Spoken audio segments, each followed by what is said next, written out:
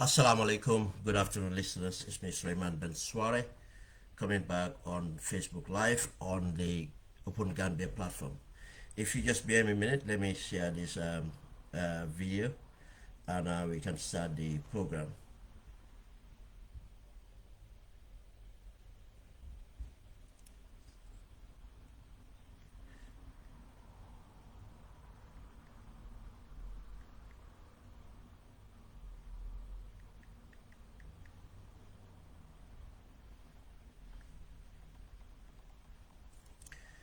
I'm having problem with this.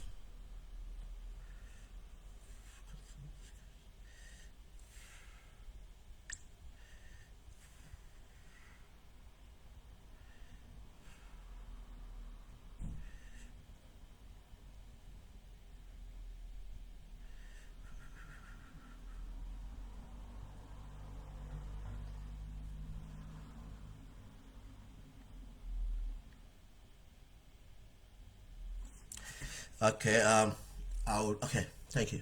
The program will be brief and it's going to be on accountability. Today is the 11th of July 2022 and the time is just gone 35 minutes past 8 in the evening in Birmingham, England. And Eid Mubarak to all of you, and I hope we all had a beautiful one. Unfortunate, there will always be those that will be unfortunate to have a sorrowful one, and one of those is we lost our sister in Bakau Fatu Kuyate. We pray for her and for her soul to rest in peace. And we are sharing our condolences to the family and friends and people from Bakau and Gambia at far and people in London. We move on to the program. The program is going to be based on accountability. And the reason for this program is to learn from other people, especially people that we look up to as a democratic nation or a developed nation, to see what differences are there that their democracy works, or what differences are there their country work better than us. Why are we termed underdeveloped? Why are we termed undemocratic? Why do we go into dictatorship? Why do we go into conflict? How comes we are not able to save ourselves from destruction? How comes we can save ourselves from going into open conflict? How comes we can save ourselves by developing our nations? I mean, to be countries that will be envied, that people will come in, or people want to live, especially us will want to live, not to live in, not to flee like in a war situation, as we have seen all over Africa, especially the West Africa. I mean, countries like the Gambia, Senegal, that did not experience the civil war in a sense, mainly, and we have seen the amount of youths fleeing the continent in order for greener pastures. And where are they coming to? They are coming to democratic nations. They are coming to nations that are developed. Um, I would, before going further, I'll just ask people watching to share the video, because I'm having a problem to share it on my main page, and this platform is new. It will take time to generate viewers.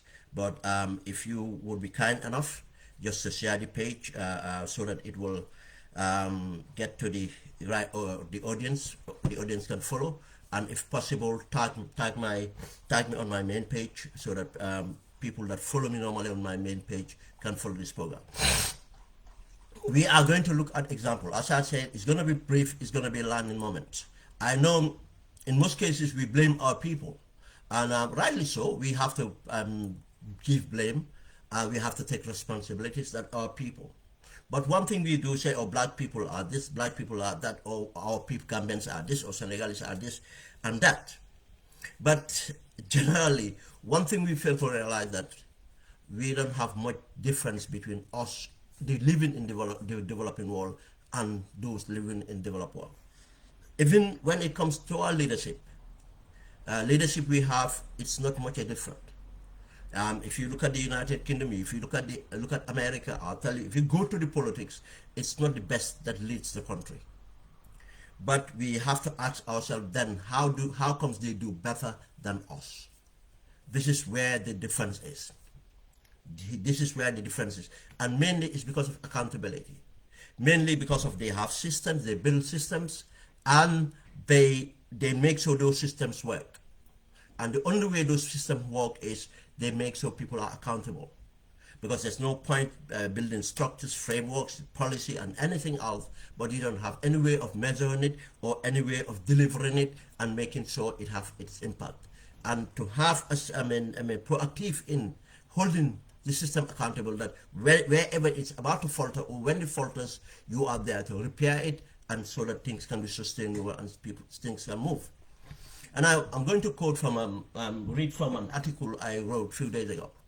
And this article is actually in reaction to what have happened in the United Kingdom by removing Boris Johnson as the Prime Minister.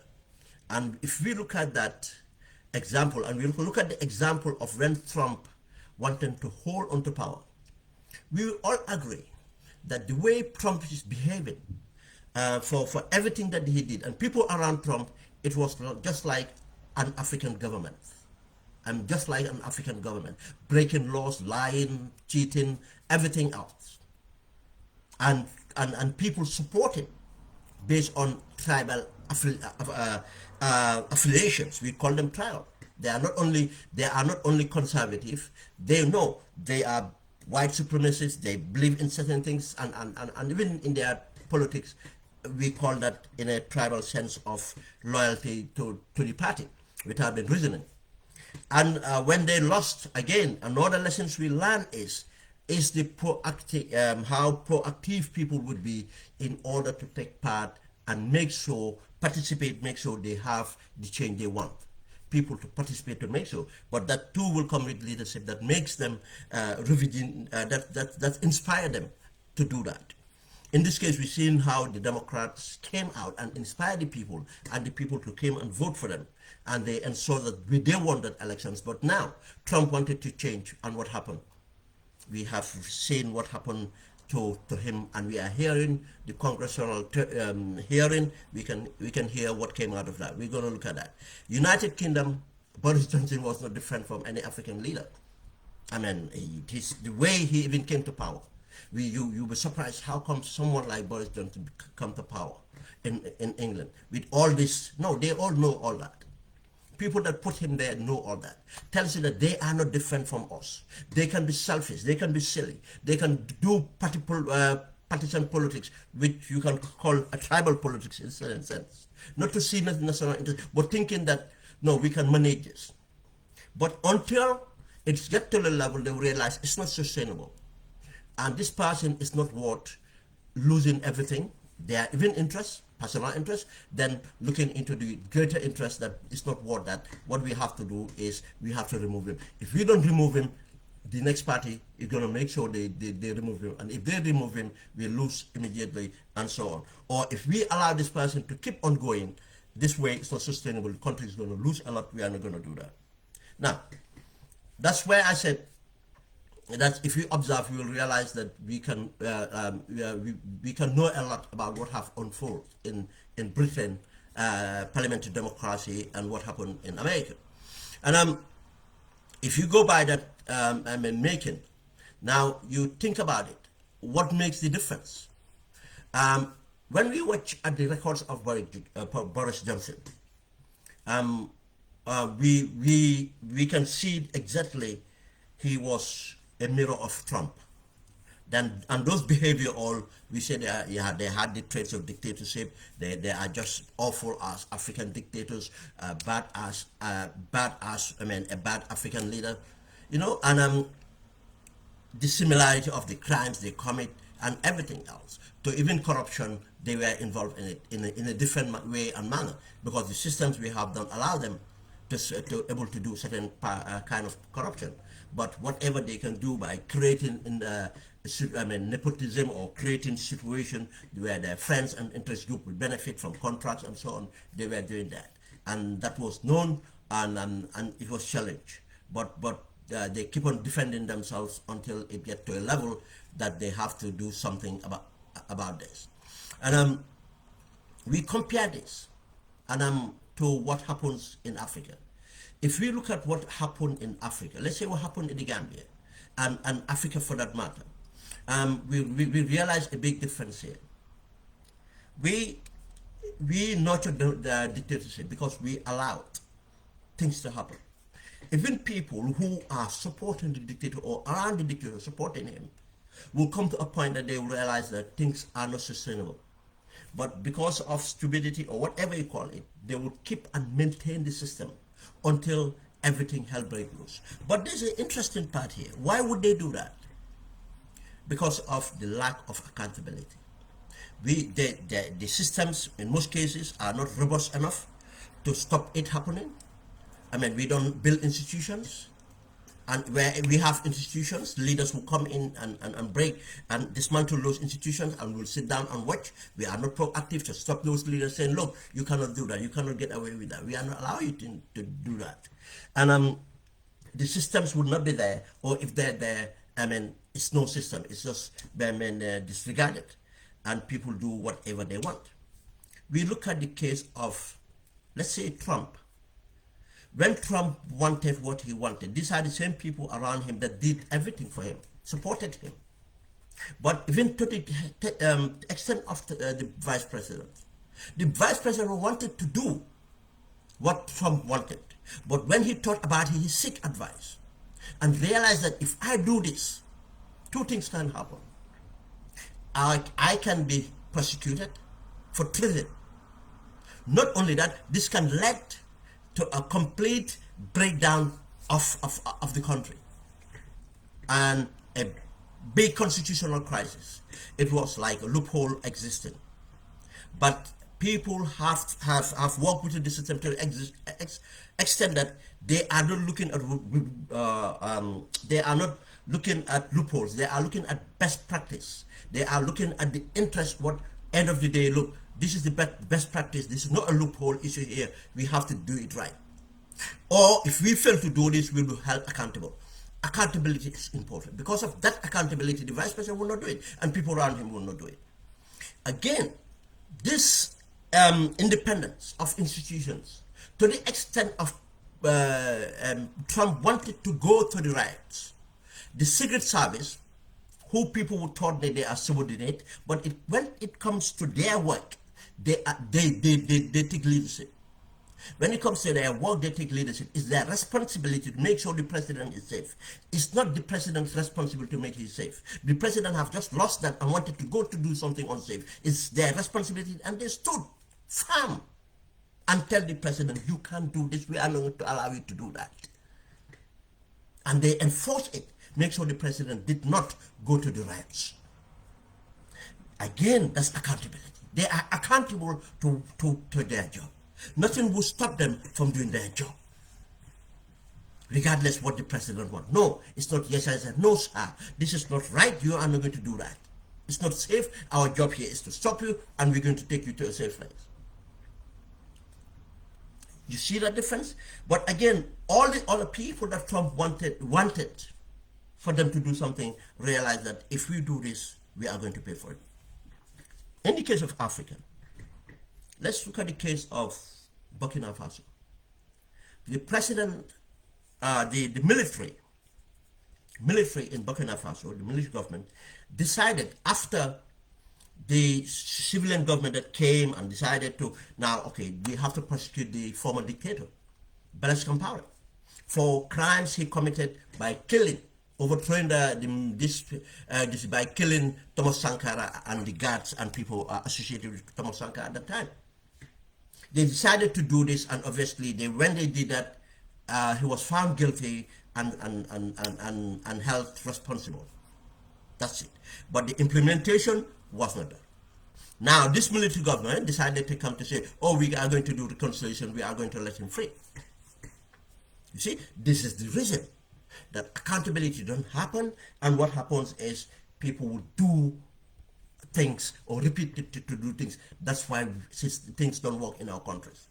Africa, systems break, precedents are created, bad precedents are created, and that's how it follows. Now, imagine in Burkina Faso, the person that they hold as a legend, that they see that was in the root of transforming their country, with all the credits they gave him, the recognition they gave him, this is the person that betrayed and killed him and everything. Now a civilian government came and arranged and everything else. But one lesson again we learn.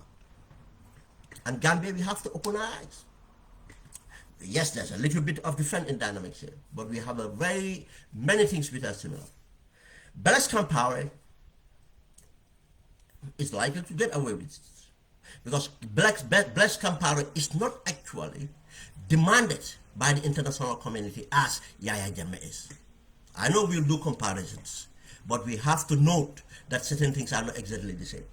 At times this is the reason why we say that Gambian underestimate how much we did in advocating, how much we did to fight Yahya Jammeh to the point of making him notorious to be seen for who he is. But again, not only that, for how much of crimes that Yahya Jammeh have committed. Blaise Compaoré have. He's been a dictator, but he was far better than Yahya. For the crimes, most of the crimes that Blaise Compaoré committed, in fact, he committed that with the international community. From the blessings of the international community, especially the colonial master France. And most of those crimes are, facilitating the war in West Africa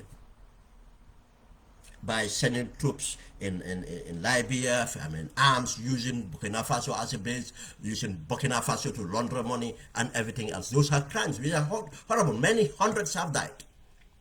But what I'm saying is the crime directly that we who should be accountable on Burkina base are not equal to what the IMF have done. Like with craft, let's go on. And again, Blaise was more sophisticated than Yahya. He might even be worse than Yahya, but he was sophisticated to understand how he committed his crimes and so on. And things he uttered out. You see? And all this have made Yahya a case of completely a different dynamics. But don't completely rule it out. I'm just giving an example there.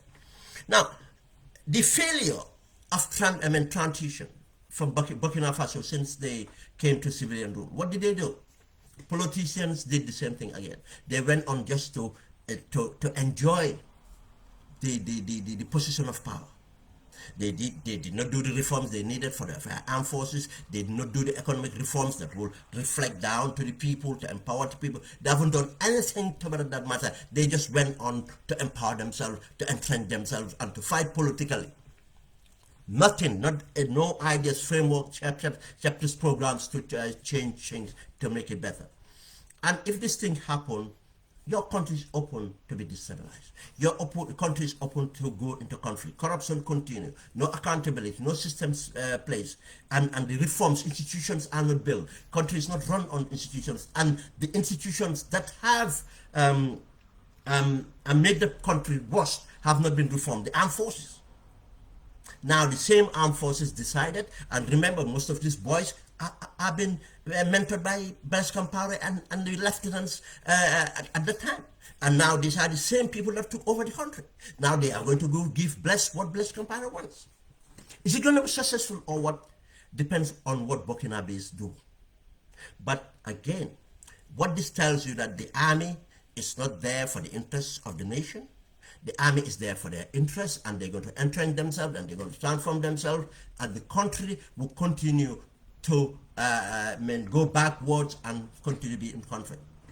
You see the difference from other countries. In Europe, they had their wars, they have everything. What they decided to do, look, we have to move away from this.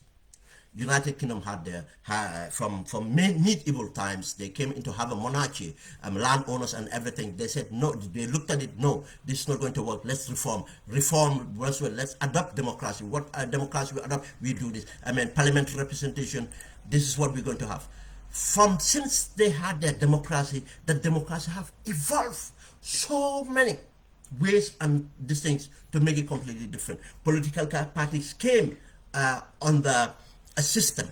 You have force, you have the conservative. What it meant, people that conservative, you have then was the liberal.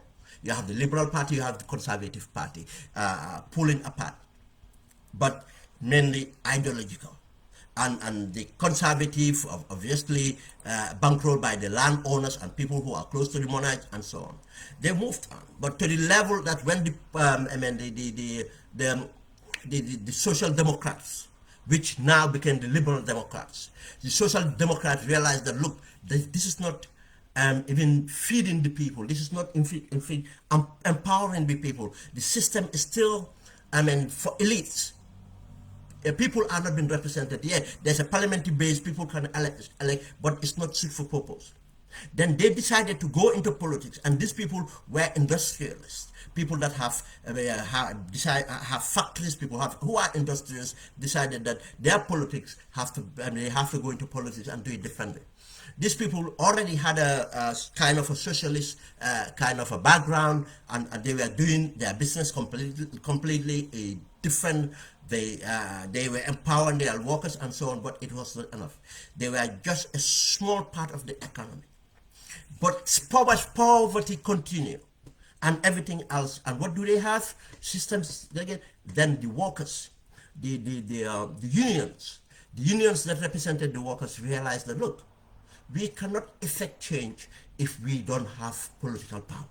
Now we have to form a political party that will have political party power to represent the people. That was called the Labour Party, which became kind of a socialist movement party. You see, systems were built. Accountability, then you build systems on them.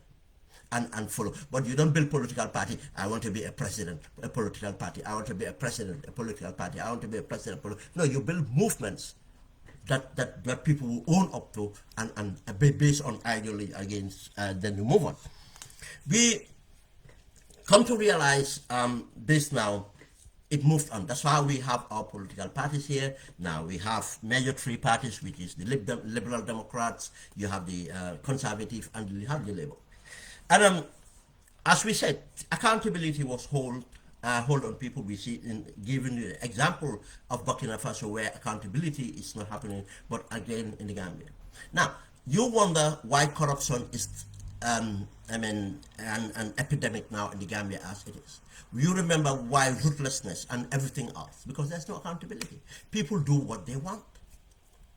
Now we want to blame the small people. We want to blame the youths for behaving the way they behave. But everybody behaves that way from the top.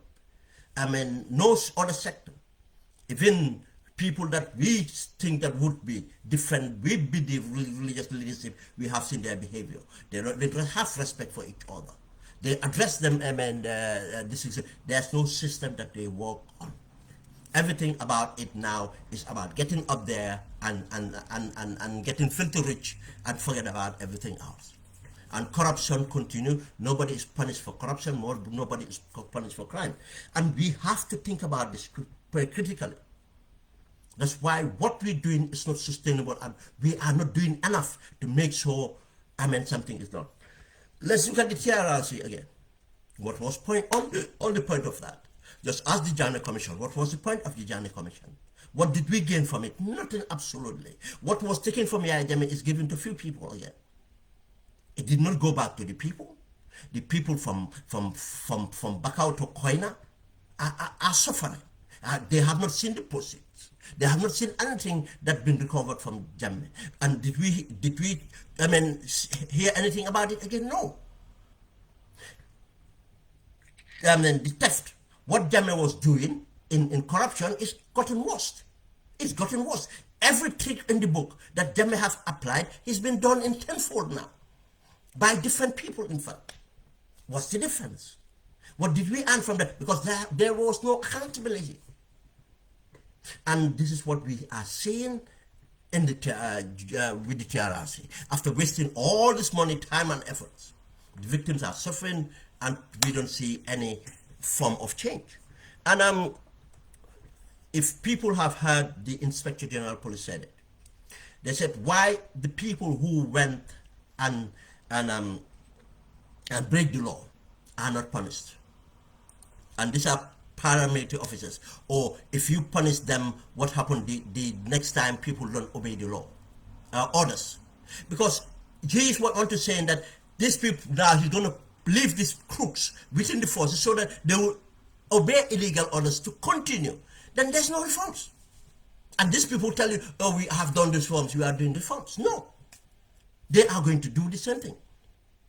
He said, everything he said, he represented I mean, just tell us the continuity. And we are not talking about the armed forces. We haven't seen any reforms. And if it comes to it, they're going to do the same thing. The NIA, we managed to achieve something for it, because now they are not doing their work, but at least they are not going out there to abuse us. We did our work there to stop that. But now the police are representing them for doing that, doing the arrest, doing the false charges, doing the anything else with cases. We have not achieved nothing. Is it sustainable? Why are we not doing something about it? No, this is where the differences are. Now, when we look at it again, and from, as I said, the case of, I mean, we said, just to give you an example, that most humans are opportunists, especially those in high office. Because, especially in Africa as well, and even here, most politicians are just opportunists. I mean, that's why it's hard to see a good politician. And most good politicians are not successful politicians, because the systems that operates around society those empower, I mean, greedy people, or go with people who are ruthless. But when we look at the case of the Conservative Party in the United Kingdom, and the way they sustain Boris Johnson, knowing who Boris Johnson is, everything else, what they were doing at the time were looking their personal interests. Interest in what? Boris Johnson managed to have a good PR and everything. Now he is winning elections. He got a likability effect. They all know that he's disorganized. He's not an organized person. They know that he's a liar. They know that he's indisciplined. I mean, he doesn't have morals or anything else. But hence he's winning elections, and we want to win elections to be in government. We have to leave him there. It continues. And until now, they realize that it's gone so far that they have lost two by-elections, and seems the popularity rating is just dipped, and Labour have got a better leader that is appealing to the people, and Labour is coming to likely win. These are the motivations. But at least they know how to look after their interests. But in our case, no. We follow dictators. Look at Senegal. People are still, senior ministers are following Macky Sall to destruction. But again, that's where the difference is. Senegal, they have institutions which are far more robust than us, Gambia and Guinea-Bissau, Guinea-Conakry, and other countries. That's why we can easily fall into trouble than Senegal. Not only the institutions as within the government, but civil society. They have a robust civil society, and part of that is their religious leaders. Part of that is their religious leaders, be the Christian Catholics, Anglicans, be the Murids, the Tijanias, and everything else. All this leadership do come in handy when things get to a level and draw things bad. We don't have that. We don't have those sort of religious leaders. All they know is to bicker around each other and run after anybody who becomes a leader in the country as a president or a political party that has influence. They follow you to get the crumbs. But they don't tell truth to power, or they don't have that leverage that within behind the scenes. In most cases, you will not hear the Khalifa General say certain things, but behind the scenes, they can lift the phone to the president and say, draw back, and he will draw back.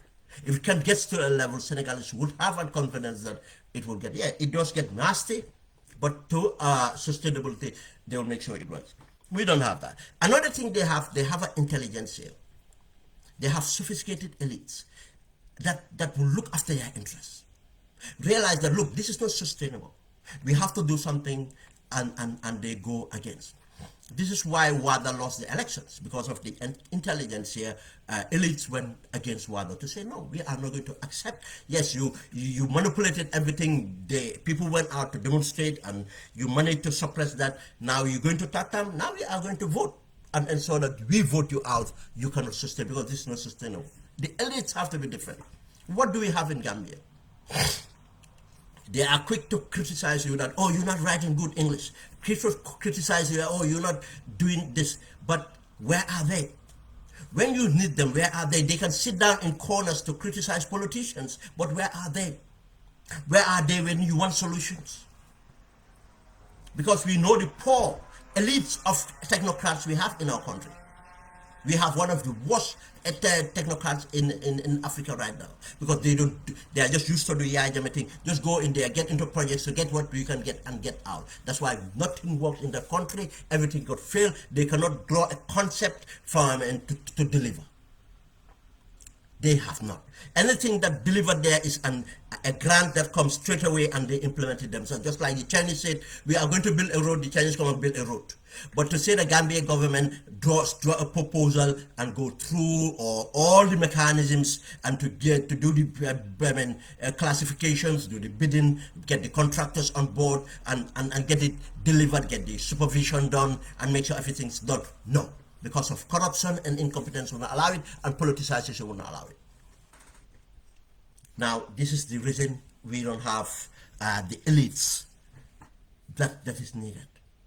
They would be sitting thinking that, oh, I am okay, I can manage. Let petrol go to this, I can manage. Let food go to this, I can manage. Let public schools be bankrupt, I can send my kids to private schools. Let public hospital bankrupt, I can go to Medicare and I can do this, I can do this. I can go to Senegal, I can go to you. Let the university not be equipped, I don't care. My sons and daughters will be going to America. This is what they do. Oh, I am just here for now. I will look for international appointment. If I have the international appointment, I can afford money. That's what they do. And the average person would be, but it's not enough. It's not enough. This is why we run into trouble. It's not that we are different from white people or anything. No, at the certain aspect of us, you come to a certain level, you see the same people that you see can vote for anything. There are Europeans here that will vote because of hate, just as they vote because of ignorance. Everything happens. But what we have is competing forces. People, citizens participate to make this different. But do we have that? No. This is what we have in Senegal. This is what we have in Ghana. That's why it's growing. You don't have it in Nigeria. And I will come next to do a program, continuity of this, on a program on how safe we are. We do that. But as I said, it's brief. I'm going to try to limit it to this. This is what makes us different. And we think of the lessons that we can learn. We humans are all the same species. Whatever makes a country or circumstance different will be based on how we organize ourselves in developing our mutual interests for the greater good of our people and nation. Look, people keep on saying, oh, why is this anomaly? Gambians outside of Gambia are all successful. I mean, so many Gambians outside of Gambia are successful. Put it that way.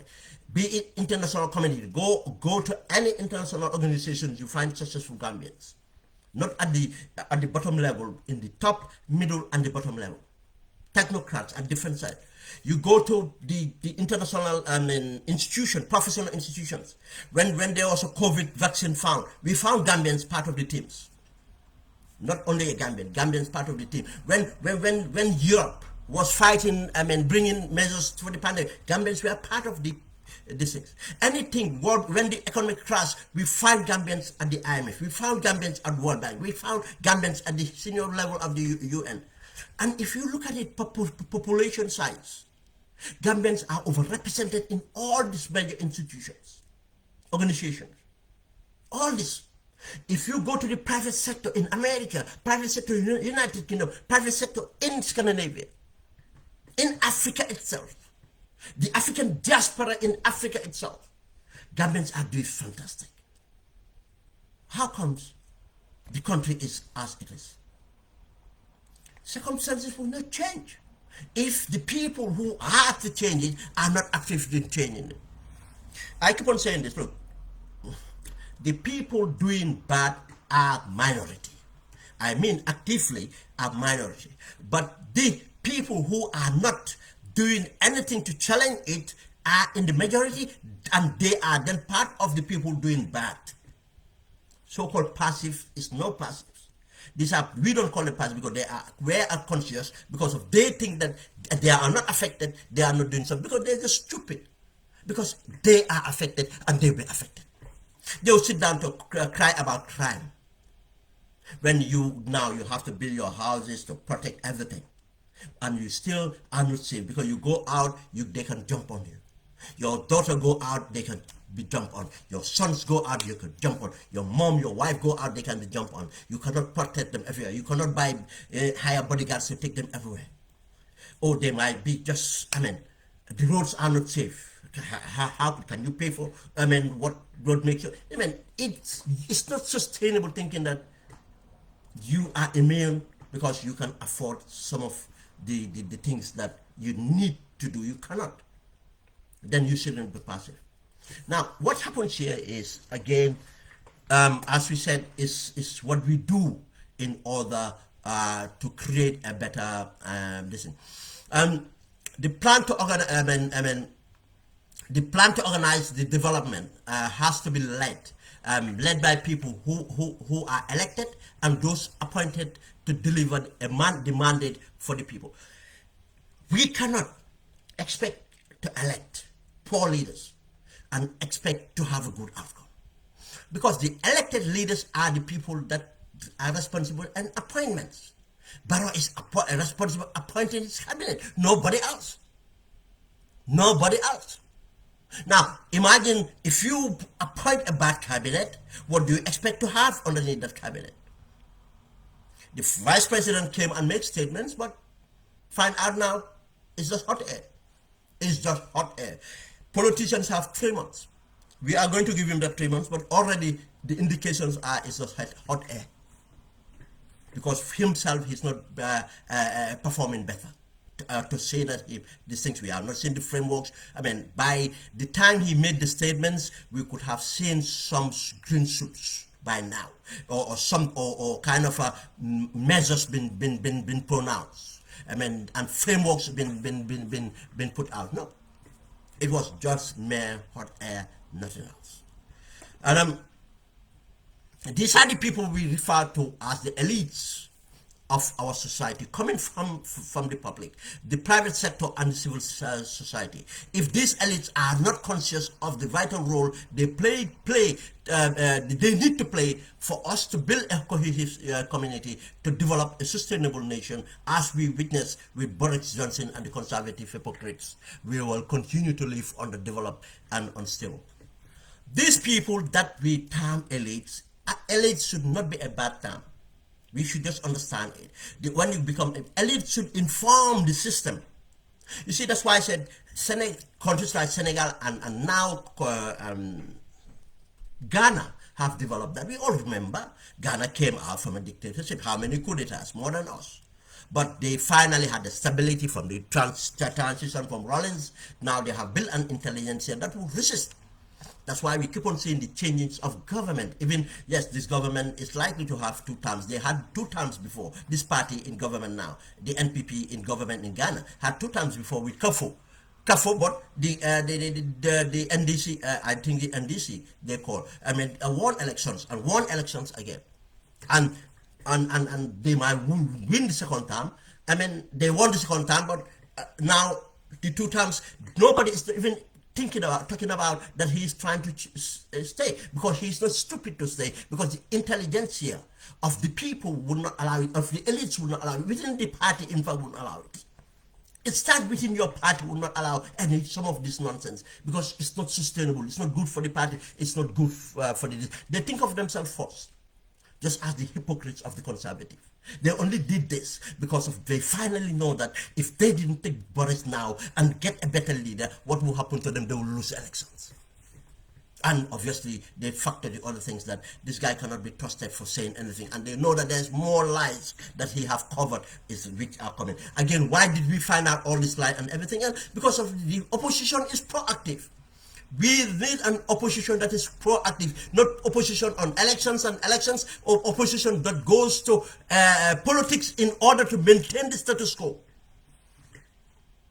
We need an opposition that can convince a majority to come out and back them.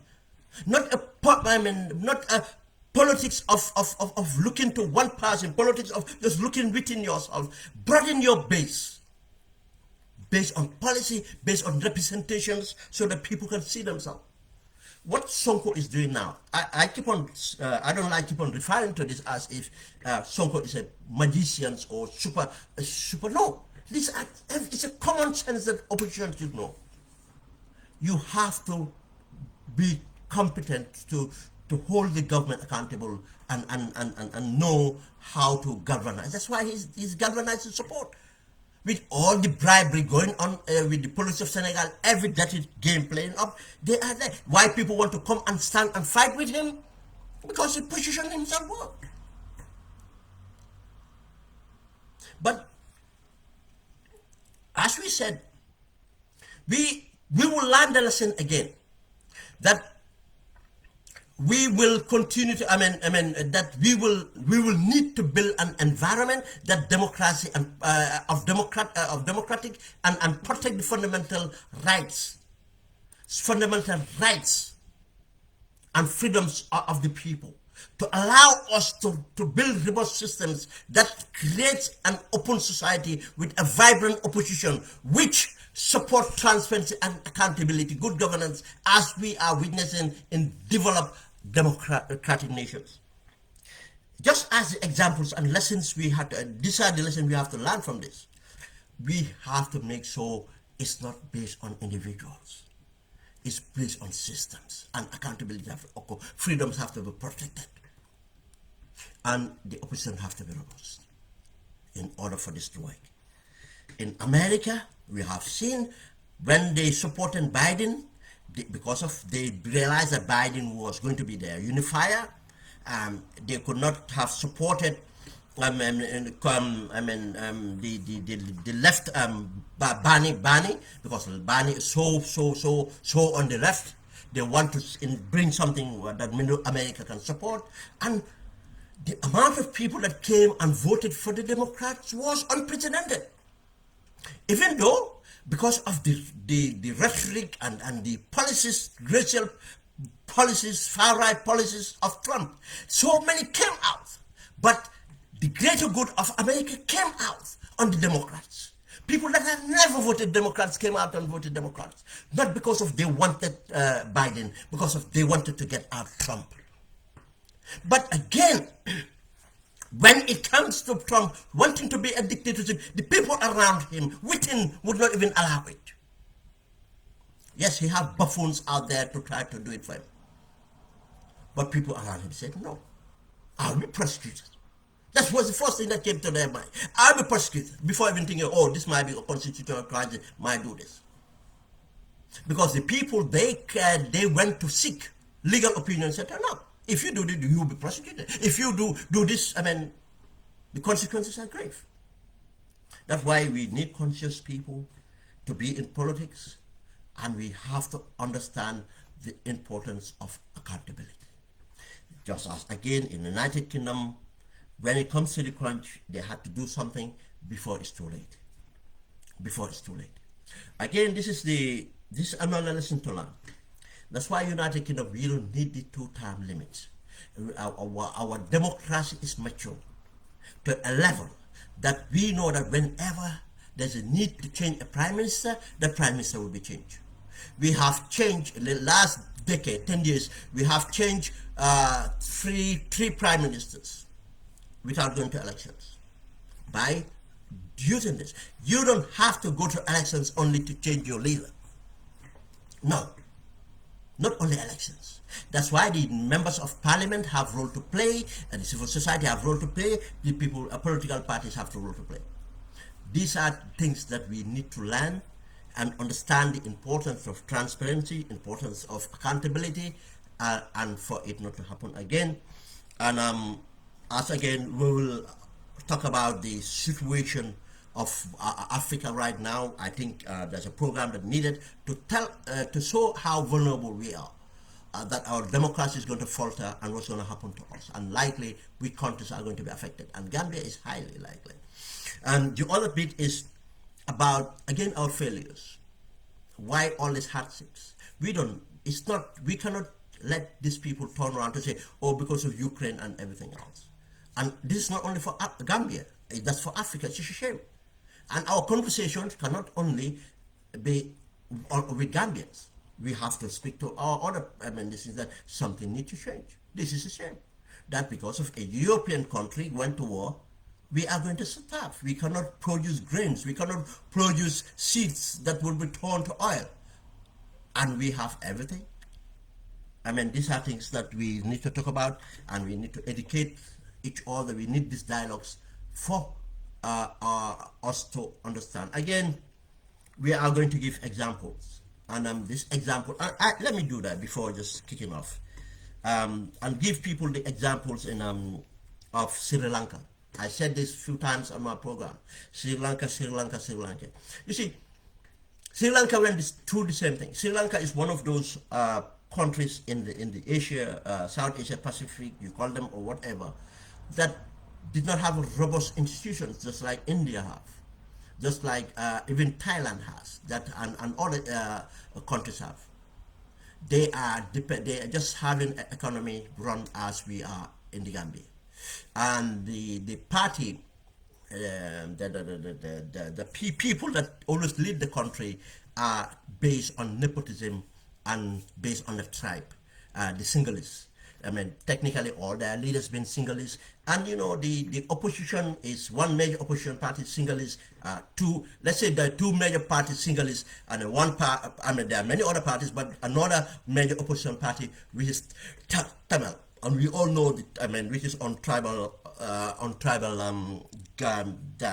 angles, and there was a civil war, and they massacred the Tamils, and Tamils too did very wrong things. They blow up cities, they blow up trains, and kill a lot of people. But those things, now they went to the politics. You see, when you guys and people are divided, these elites divided them and keep on just taking, corrupt and taking everything else. And the development they have was go China, become China, build an airport, China build a seaport, China build this, China build that, China build roads. The economy, there's no policy. If building roads and airports is easy, get them, you have loans and they build it. Get to IMF, they bail you out. That's easy. What's the work? The work is here to build policies that resonate, that needed to develop. And development is two main factors. Produce, to feed your people, and surplus to export. And what build a value chain? To manufacture your basic necessities. Necessities, basic. But Africa today, cotton bud have to be imported. Toothpick have to be imported. Almost everything have to be, toothpaste have to be imported. Toothbrush have to be imported. How do we develop? Grains we don't have. There's no food, we have to import. Cattle, meat, red meat we have to import. Everything we have to import. Poultry we have to import. This is the same thing situation they had in their country. Now, this tribal politics went on. The Singhalese, but at the end of the day, when the suffering comes, the entire country suffers. Major 95%, 98% of the country suffers. And there's no difference between the Hindu, the Buddhist, or the Muslim, or the Christians. Because there's no market selling to these people. They all go to the same market, same school, same hospital, same tax pay. There's no separate tax for Hindus, Buddhists, Christians, and Muslims. There's no market for Singhalese. There's no market for Hindi. There's no market for Tamil. There's no market for anything else. It's the same markets and hospital and everything else they have to use. Now, it hit up. They could not pay their debts. The inflation hit. Price rises going up. The demonstration was not, in fact, the opposition led. It came from the people. The people, most of who are supporting, or who were supported, or who voted for that government. And that's where they ended, overthrowing their government. People who supported, people who might have voted for that government have ended up leading, and obviously the Tamils joined in and others. If the Tamils have led, it would have seen as opposition leading. That's why we need to know how, to hold things accountability and to have systems that in control. Thank you very much, guys. Again, I will be using the new channel. and it will be time to generate the viewers, and we need the viewers to continue. We need to migrate all the people who were on my main page. Share it, like it, and introduce your friends to follow these programs from this new platform, Open Gambia. And we are going to do more to present more things and produce more to publish on here. The website will be ready soon, and we can see all the difference where we can have dialogue to rebuild our country. Thank you very much, guys, and have a good evening. Thank you.